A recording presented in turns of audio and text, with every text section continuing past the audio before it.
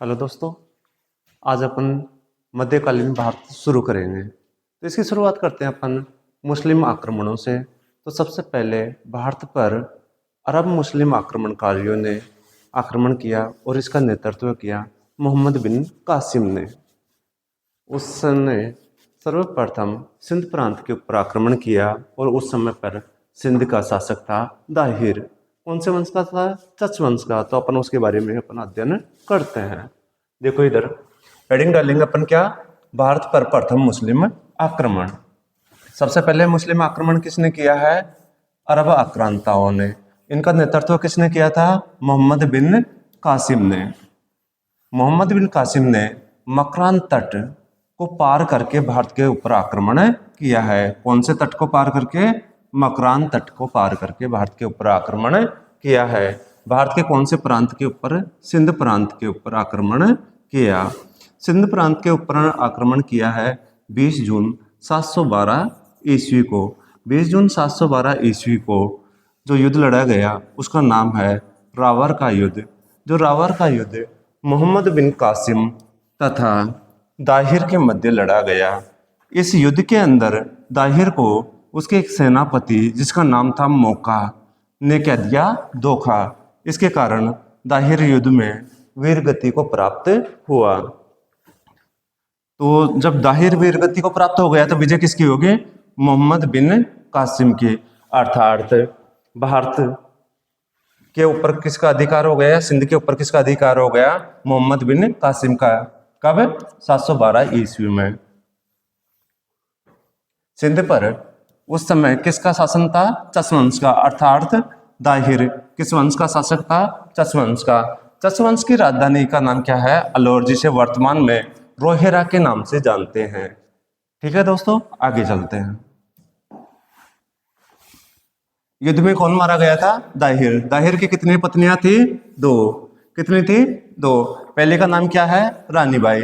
रानीबाई ने क्या किया है? जौहर। क्योंकि दाहिर की क्या हो गई थी? मृत्यु। तो रानीबाई ने क्या कर लिया है? जौहर। जो भारतीय इतिहास का प्रथम वर्णित क्या है? जौहर। ठीक है, मतलब ये प्रथम साक्ष्य किसके मिलते हैं? रानीबाई के, जौहर के। ठीक है। दूसरी पत्नी का नाम क्या है? लाडीबाई। लाडीबाई की कितनी पुत्रियां थी? 2। पहले का नाम क्या है? सूर्या देवी। दूसरी का नाम क्या है? परमल देवी। दोनों पुत्रियों को, मतलब दाहिर की दोनों पुत्रियों को कासिम भेंट स्वरूप किसके पास में भेजता है? खलीफा के पास में। जो खलीफा का अर्थ होता है इस्लाम का धरती के ऊपर प्रसार करने वाला एक धार्मिक नेता। ठीक है। और उस खलीफा का नाम क्या था? वालिद। अर्थात मीर कासिम ने सूर्या देवी और परमल देवी को भेंट स्वरूप किसके पास में भेज दिया? खलीफा वालिद के पास में। आगे चलते हैं दोस्तों। दोनों बहनों ने किसके खिलाफ षड्यंत्र किया? मोहम्मद बिन कासिम के खिलाफ। षड्यंत्र के द्वारा किसको भड़का दिया? खलीफा को, जिसका नाम क्या है? वालिद।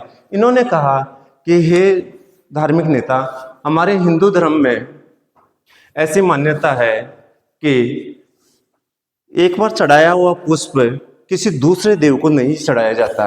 हमारा भोग तो किसने कर लिया है? मोहम्मद बिन कासिम ने। और अपना जूठन किसको दे रहा है? आपको, मतलब खलीफा को। इस बात से कौन भड़क गया? कौन भड़क गया? खलीफा, जिसका नाम क्या है? वालिद। उसने तुरंत आदेश दिया कि जहां पर भी मोहम्मद बिन कासिम मिले उसे तुरंत पकड़ के बैल की खाल में सील करके लेकर के आओ। उस समय मोहम्मद बिन कासिम ने किसके ऊपर आक्रमण किया था? मुल्तान के ऊपर। कब? 713 ईस्वी में। जो मोहम्मद बिन कासिम की क्या है? अंतिम विजय। यहां से मुस्लिम आक्रमणकारियों यानी कि अरब आक्रमणकारियों को क्या प्राप्त हुआ? बहुत अधिक मात्रा में स्वर्ण। इस कारण से मुल्तान को किसका शहर कहा? सोने का शहर। किसने कहा है? अरबों ने। यह मोहम्मद बिन कासिम की क्या थी? अंतिम विजय। इसके पश्चात में कौन मारा गया? मोहम्मद बिन कासिम। क्योंकि जब बैल की खाल में इसको सील करके और खलीफा के पास में लेकर के जाएंगे तो इसकी क्या हो गई? रास्ते में ही मृत्यु। मोहम्मद बिन कासिम के आक्रमण का उल्लेख किसमें मिलता है? चचनामा नामक ग्रंथ में। चचनामा नामक जो ग्रंथ है इसका लेखक क्या है? अज्ञात। क्यों? क्योंकि इसकी रचना मोहम्मद बिन कासिम के किसी सेनापति ने या सेवक ने की थी, लेकिन उसका कोई नाम नहीं मिलता है। इस कारण से इसका लेखक क्या है? अज्ञात। लेकिन ये रचनामा जो मूलतः कौन सी भाषा में लिखा गया है? अरबी भाषा में।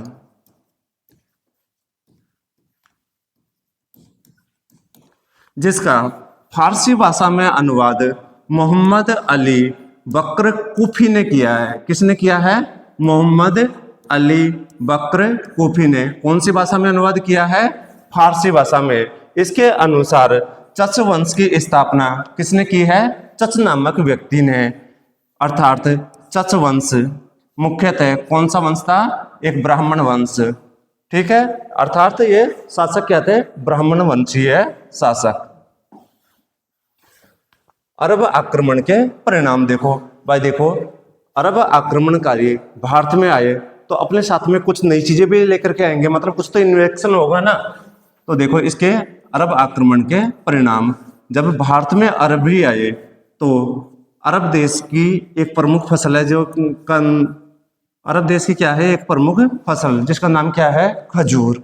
तो भारत में किसकी खेती करने लग गए? खजूर की खेती।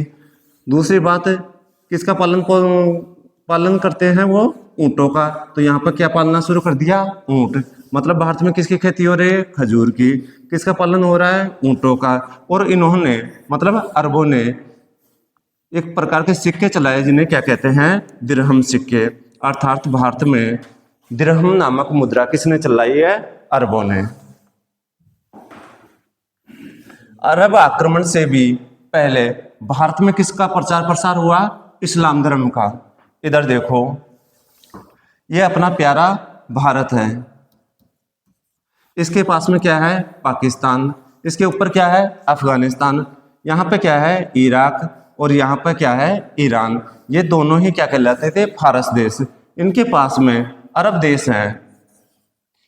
तो अरब देश के व्यापारी किसके साथ में व्यापार किया करते थे? भारत के साथ में। किसका व्यापार करते थे? मसालों का। तो ये अरब देश के व्यापारी कहाँ पर आते हैं? मालाबार के तट पर। मालाबार का तट कहाँ पर है? केरल में। यहाँ से माल लेते और वापस कहाँ पर चले जाते? अरब। और वापस कहाँ पे आते? मालाबार के तट पर। तो इस प्रकार से इस्लाम का सबसे पहले प्रचार प्रसार कहाँ पे हुआ? मालाबार में, न कि सिंध प्रदेश में। ठीक है, सिंध प्रदेश के ऊपर तो प्रथम आक्रमण हुआ है अरबियों का, लेकिन इस्लाम धर्म का सबसे पहले प्रचार प्रसार कहाँ पे हुआ? मालाबार में। और मालाबार कहाँ पर है? केरल में।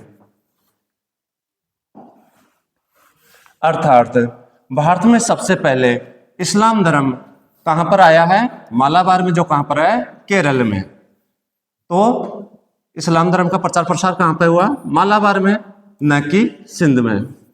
हिंदू शब्द का सर्वप्रथम प्रयोग किसने किया था? फारसियों ने। किसने किया है? फारसियों ने। और फारसियों की भाषा क्या होती है?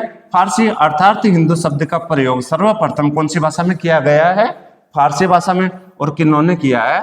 फारसियों ने।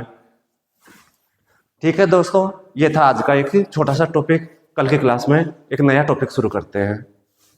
ठीक है, धन्यवाद।